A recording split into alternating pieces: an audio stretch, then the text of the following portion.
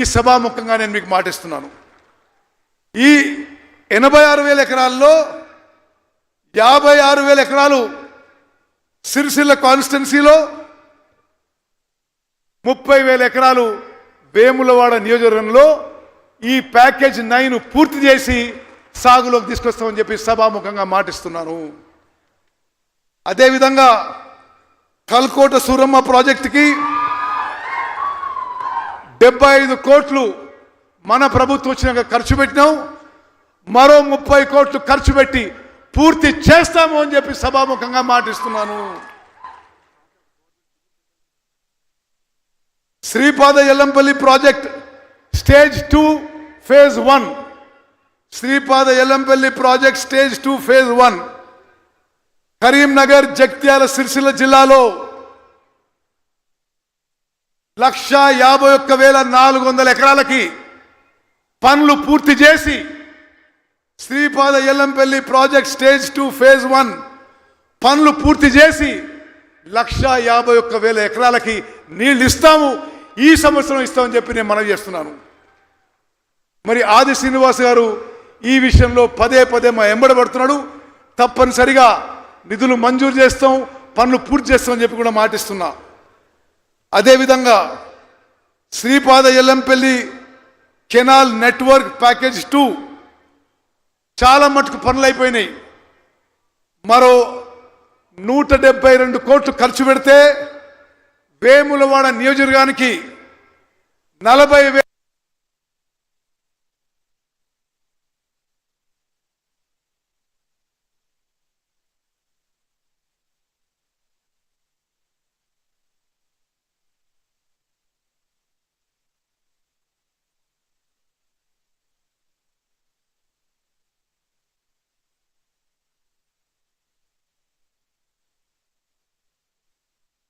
Hello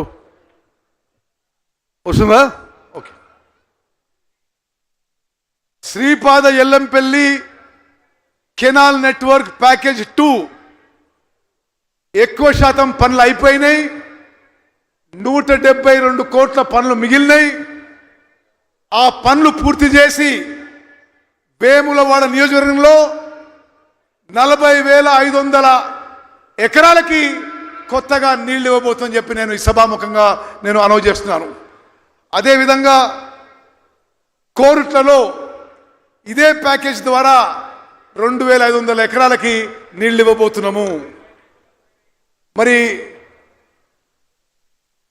మిత్రుడు ఆది శ్రీనివాస్ గారు, సిరిసిల్ల నుంచి మహేందర్ రెడ్డి గారు, చొప్పదండి నుంచి సత్యం గారు, ఈ ఉమ్మడి జిల్లా శాసన సభ్యులు, గౌరవనీయులు పెద్దలు శాసన మండలి సభ్యులు జీవన్ రెడ్డి గారు అనేక మార్లు ఈ ఉమ్మడి జిల్లాలో ఇరిగేషన్ ప్రాజెక్టుల గురించి నాకు చాలా విషయాలు రిప్రజెంట్ చేస్తున్నారు. నేను మీ అందరికీ సభాముఖంగా మాటిస్తున్నా, ఇన్ఛార్జ్ మంత్రిగా, రాష్ట్ర ఇరిగేషన్ మంత్రిగా ఉమ్మడి కరీంనగర్ జిల్లాలో నేను మరోసారి ఒక వారం రోజులు వచ్చి అన్ని విషయాల్లో రివ్యూ పెట్టి తప్పనిసరిగా మరి ఇరిగేషన్ ప్రాజెక్టుతో సహా అన్ని అభివృద్ధి కార్యక్రమాలు చేపడతామని చెప్పి నేను మనవి చేస్తున్నాను. మరి సిరిసిల్లలో మహేందర్ రెడ్డి గారి కోరిక మేరకు ప్యాకేజ్ 9, 10, 11, 12 ఈ ప్యాకేజీను పూర్తి చేసి 1,50,000 ఎకరాలకి కొత్తగా ఆయకట్టుకి నీళ్లు ఇవ్వబోతున్నామని చెప్పి నేను మనవి చేస్తున్నాను. అదేవిధంగా చొప్పదండి శాసనసభ్యుడు సత్యం గారు వారి కోరిక మేరకు కూడా అక్కడ జరుగుతున్న ఇరిగేషన్ పనులు కూడా వేగవంతం చేస్తామని చెప్పి మాటిస్తున్నాం. మిత్రులారా, మీ ఉమ్మడి జిల్లాలో ఉన్న కాళేశ్వరం ప్రాజెక్ట్ గురించి నేను ఒక మాట పెట్టాలి. మరి అడ్లూరు లక్ష్మణ్ గారు, రాజ్ ఠాకూర్ గారు మరి పత్తిపాక ప్రాజెక్ట్ గురించి కూడా పదే నా ఎంబడి, విజయ రమణారావు గారు కూడా పదే ఎంబడబడుతున్నారు. తప్పనిసరిగా అది నేను క్యాబినెట్ దృష్టికి, ముఖ్యమంత్రి గారి దృష్టికి కూడా ఆ ప్రాజెక్ట్ కూడా తీసుకొస్తానని చెప్పి మనం చేస్తూ, నేను ఇరిగేషన్ మంత్రిగా ఒక మాట చివరిగా రాష్ట్ర ఇరిగేషన్ శాఖ గురించి గతంలో మేము వచ్చి చెప్పాలి.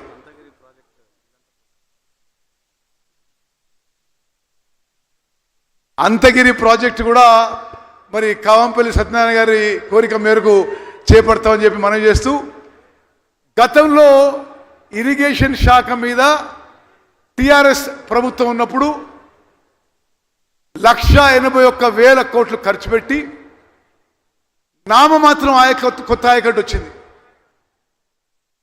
గౌరవ ముఖ్యమంత్రి రేవంత్ రెడ్డి గారు, గౌరవ ఉప ముఖ్యమంత్రి భట్టి గారు, మీ అందరం కేబినెట్ మంత్రులను కేబినెట్లో నిర్ణయించింది ఒకటే,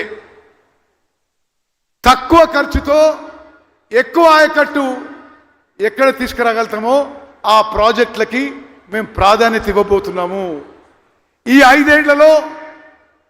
ఐదేళ్లలో కొత్తగా మన ప్రభుత్వం, మన కాంగ్రెస్ ప్రభుత్వం 30 లక్షల ఎకరాలు కొత్తగా ఆయకట్టు తీసుకురాబోతుందని చెప్పి నేను మీ అందరికీ మనవి చేస్తున్నాను.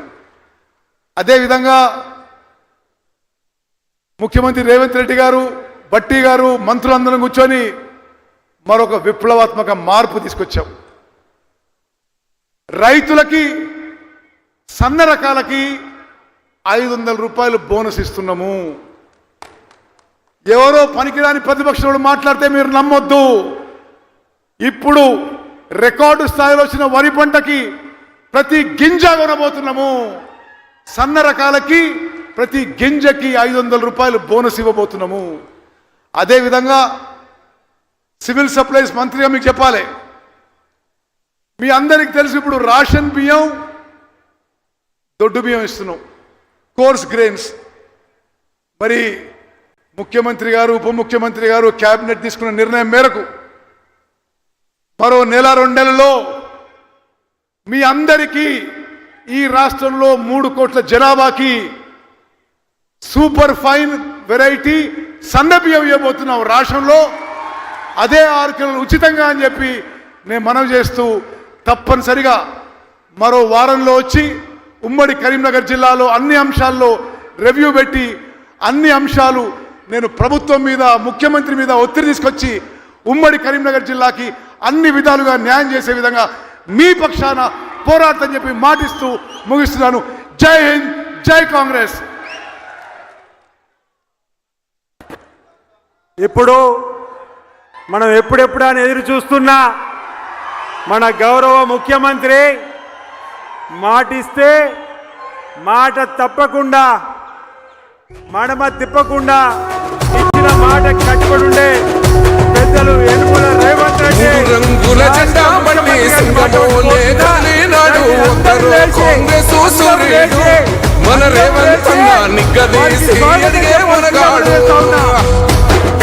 వీడు భూమిన వానైతాడు, బీద సాదల ధైర్యం వీడు, దొంగ దొరల భరతం పడతాడు. మన రేవంత్ అన్న పేద ఇంటికి పండుగ తెస్తాడు.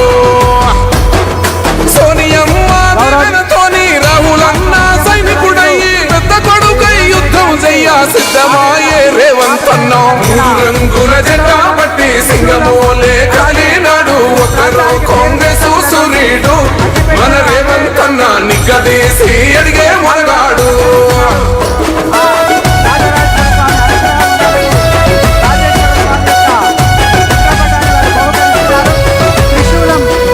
దడులెన్ని జరిగిన గాని దడువలేదు రేవంత్ అన్న, గంతకంతా ఎత్తుకు ఎదిగాడు.